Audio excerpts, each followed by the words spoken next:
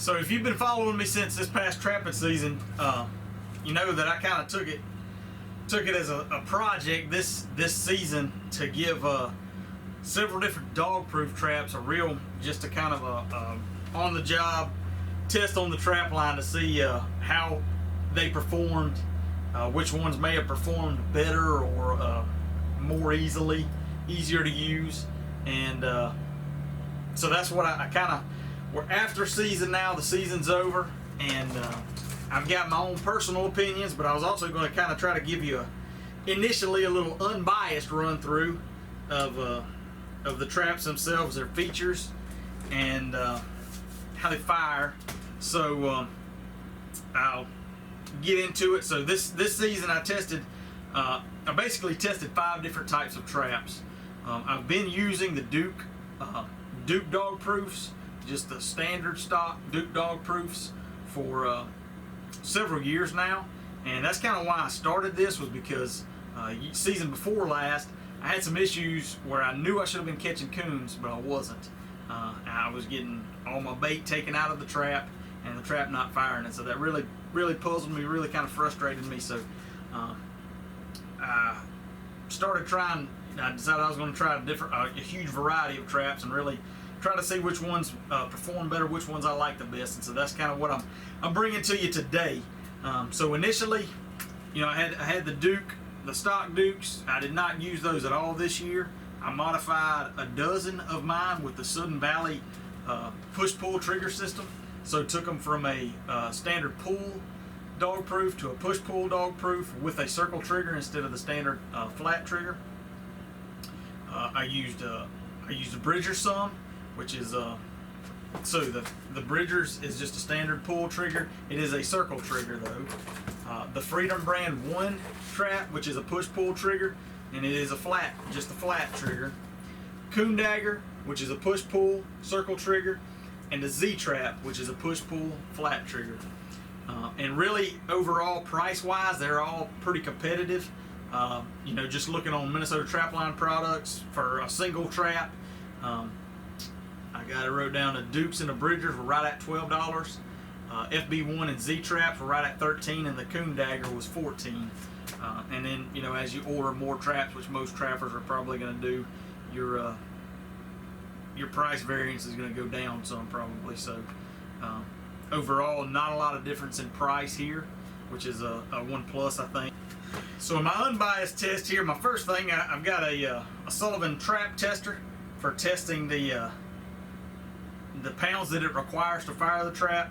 This is very unscientific, with it being a pull trigger. I kind of got me a piece of wire rigged up here, but just to kind of give us an idea of, like I said, this is kind of an unbiased, just it is what it is, ever how many pounds it takes to fire, and then I'll get into my personal feelings on the different kinds of traps.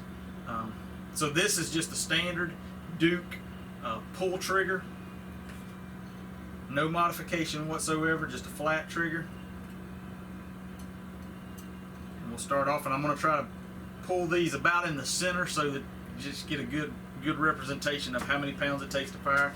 So right now we're at 1, so really about 1.5 pounds of pressure to fire that Duke. Not too bad.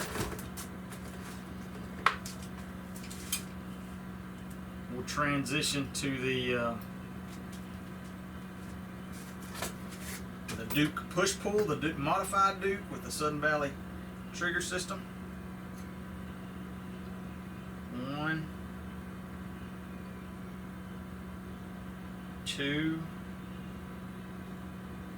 puts us up to 3.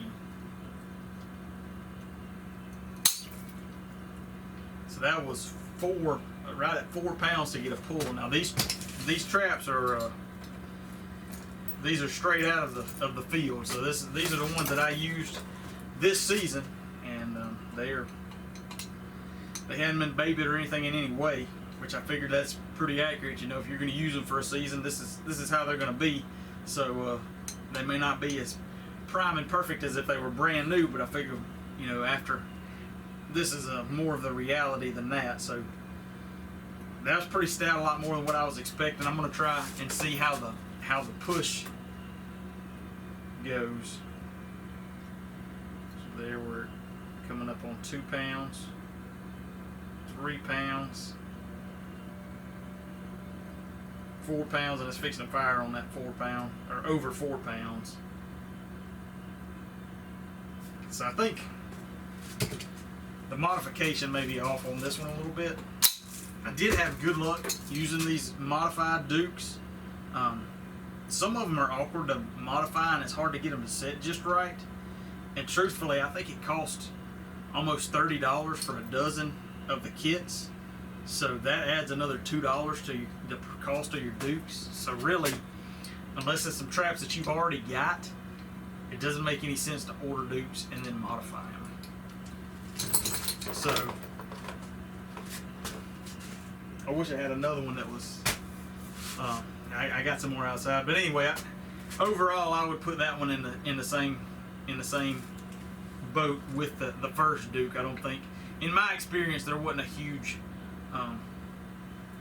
difference between using those traps and any of the others, and I did prefer those Duke push pulls over the standard Dukes, which we'll get into that in a few minutes. All right, now onto the Bridger. It's a circle trigger, but it is a pull only, and that was let's run that again, because that was just barely over a pound. I mean, that was pretty darn light.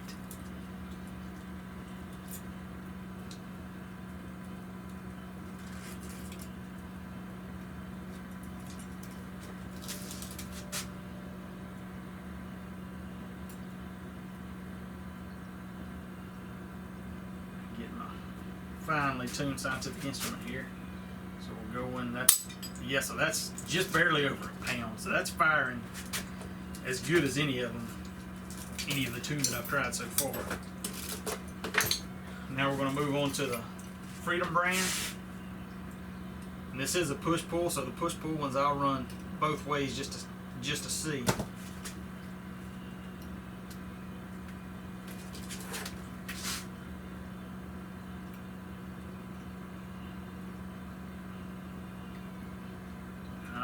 There we go, putting it in the center of the trigger. 2 pounds, bumping on 3 pounds, 4 pounds, and that trigger has moved a lot.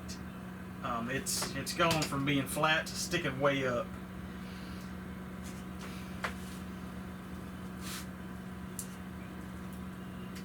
I'll tell you what, we'll try pushing it and see how it does. It just moved probably an inch with barely any pressure. So there's 1 pound, 2 pounds. One thing that I've learned, these Freedom brands are really easy to set. They've got this front plate, but the front plate comes down low. If you hold it right up against the base of the trap, that thing's gonna bust your knuckles. That may be why I was fortunate enough. And that now the trigger is pushed all the way down to the bottom and the trap hasn't fired.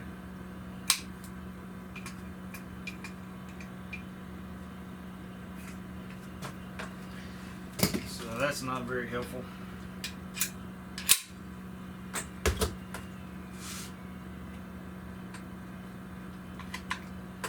Let's try one more time.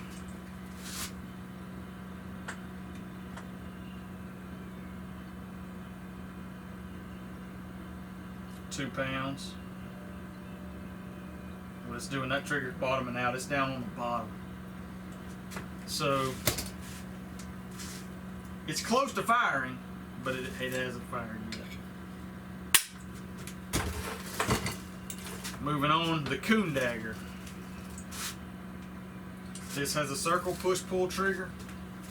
We'll try the pull out first. 1 pound, 1.5 pounds, 2 pounds. So that took just over 2 pounds, probably about 2 1/4 pounds to fire.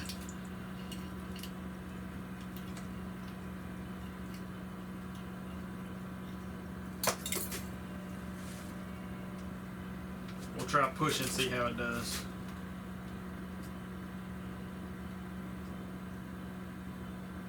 £1 pound.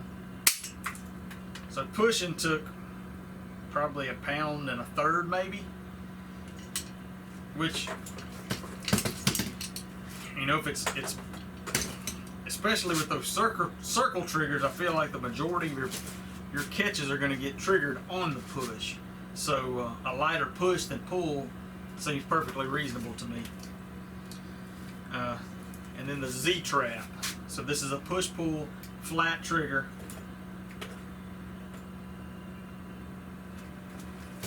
Let's see what the pull is like.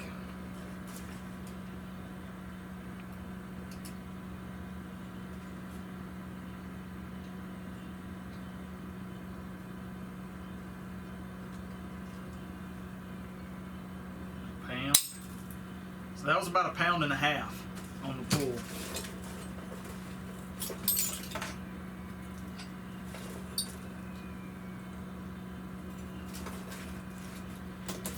Give the push a try. 1. I'd say that was about 1.75 pounds. So both of them under 2 pounds. So that's a rundown, and albeit admittedly not a spectacular one with the performance of the Freedom brand, and then my modified Duke. But I haven't done anything to any of these traps as far as adjusting them or tinkering with them. So that's, you know, what you could expect right out of the box, or at least out of the box with a little bit of wear and with no adjustments to them. All that being said, some of these traps can and do require a little bit of adjustment, so I guess I'll get into my personal preference and experience this year. So one of my initial reactions and decisions once I started using some of these traps is, unless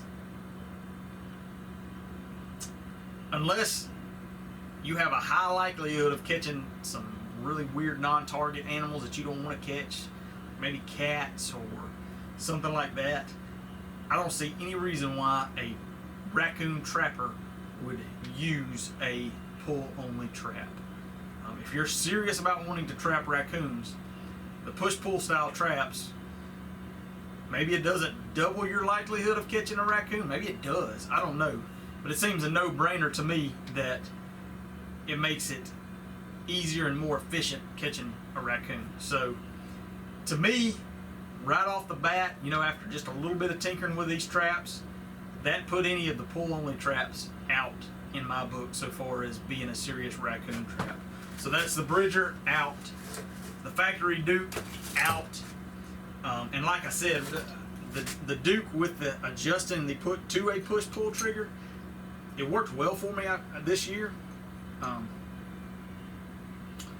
But it doesn't make sense to buy the Duke and then add the trigger to it. Your cost goes way up, and then you've got all the extra time. And like I said, it's not all of them just are wham bam super easy. So to me, that whittles it down considerably to the half of the field. So you've got your FB1, your coon dagger, and your Z trap.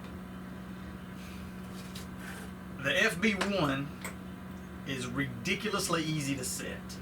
It's got this nice big plate here. You just squeeze that thing, it sets automatically on its own. You don't have to do anything else to it. If you need to try to push it down on a rock to set it, it sets, bam. There's a lot more working parts to it, which give me some concern. And as you can see, I know I was having, probably this trap that I had missed animals on because the trigger was either going all the way up or all the way down and not firing the trap. And that's my fault because I didn't tune the trap.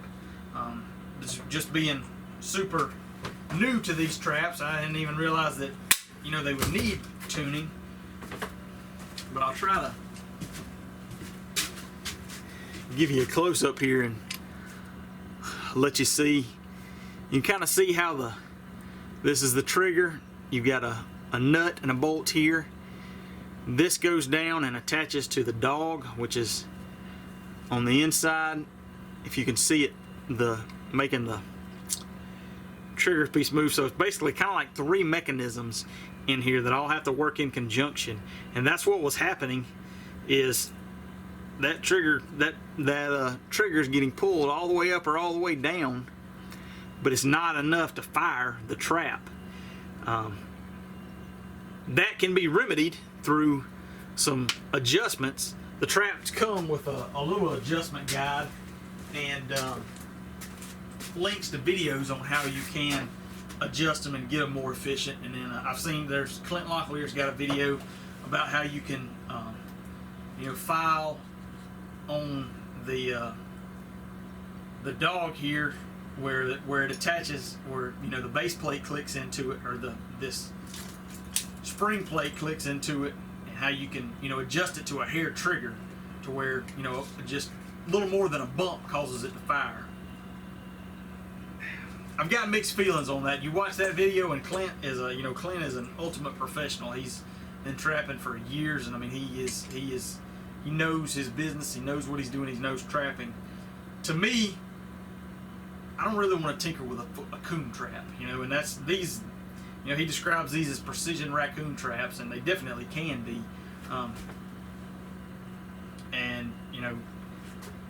Like I say, to me, coons are low on my priority list, but I do want to catch them when I'm out trapping.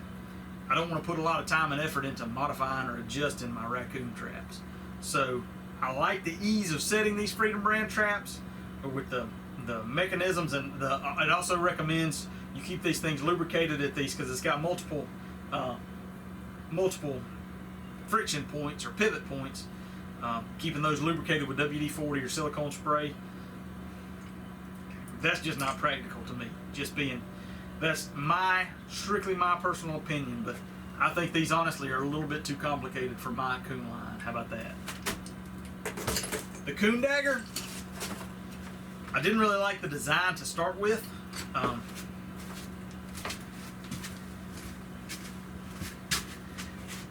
If you see how the top of this trap,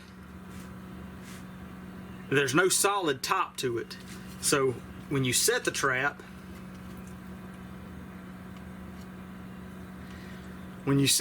you've got this little bit, and then you got, the wire for the spring right there, and then there's the stake is angled and made to kind of make it stabilize real well. The only problem that I ran into is I have some hard red clay around here on pond banks and pond dams, and I have a tough time getting that big of a stake in the ground. And when I do, if I have a tough time, I need something to push on or tap on with a hammer, and I'm not comfortable with this. I don't have enough room up here, and I don't want to be tapping on the jaw or the spring. So to me, this is not a very well designed trap for my application. That's just my 2 cents for where I'm trapping and the area I'm trapping. I have some creek banks, soft ground, and they slide in fine, but I've got as much hard ground or more maybe than soft ground, and I didn't feel comfortable tapping on it with a hammer, and I want my traps to really be kind of bulletproof, and I'm going to be rough on them, and I don't like being rough on. I don't like being rough on areas that actually do the catching of the animal. Or long story short, I don't really like the design of these coon daggers, and they're the most expensive, and I don't see any added value to paying that extra. So that brings us to the Z trap, which is a pretty basic trap. It looks really a lot like the Duke. One of the things that I really like about this trap is, I don't know how well you can see it, but right there on the trigger, where the dog meshes with the trigger, it's rounded, which in my mind is going to make it fire easier than if that thing's squared, because it's going to take even less movement of that trigger to make it slip off the dog. So that's one aspect that I really like. You don't have the multiple moving parts like you do with the FB, the Freedom brand trap. It's just the dog and the trigger, right? It is a push-pull It is not a it's not a circle trigger, which I didn't feel like that was detrimental or beneficial either way. I really didn't get a huge feeling about that. You've got the spike, kind of similar to the Duke traps, which I like. That goes in really well. If I need to give a good kick on the top of this trap, I got no problem doing that. It's solid construction. I'm not super crazy about the little flat stabilizer thing here, but I guess it helps maybe. In my opinion, you know, probably for my trap line going forward, I'll probably be buying more Z traps. I think they're, out of the ones that I tested and used, they were the most user friendly and kind of my preference. One difference, you know, one thing to consider is I think they're made in Taiwan, as I think the Bridger traps are. Freedom brand traps are made in America.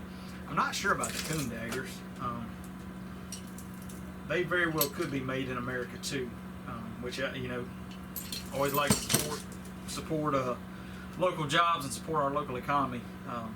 So from that standpoint, you know, that's my 2 cents on it all. Is if you're serious about raccoon trapping, I would look at push-pull triggers on your dog-proof traps, and you know, keep in mind Freedom brand ones are really easy to set, and if you don't mind adjusting them and tinkering with them, and you know, sitting down with them before the season and making sure that they're tuned and ready to fire real quickly, I think they'd be a jam-up trap.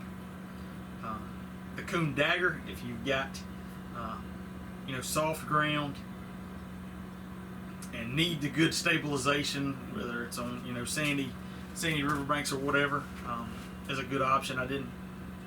Outside of the design, I like the trap overall. I just don't like the design. It doesn't fit for my trap line. And then the Z trap, like I said, that's probably my favorite out of all these, and probably what we'll find more of on my line in the future. So anyhow, I hope this was helpful. I know this is kind of a long video, but I wanted to kind of give these things, run them through the mill, and try to give everybody a good rundown on the variety. There's a lot of different dog-proof traps out there. I didn't even get into some of the coon cuffs and the soup can. I mean, you know, to me these are small and efficient and effective, and I don't want to jack around with a larger trap or something that requires an extra setting tool or something like that. So,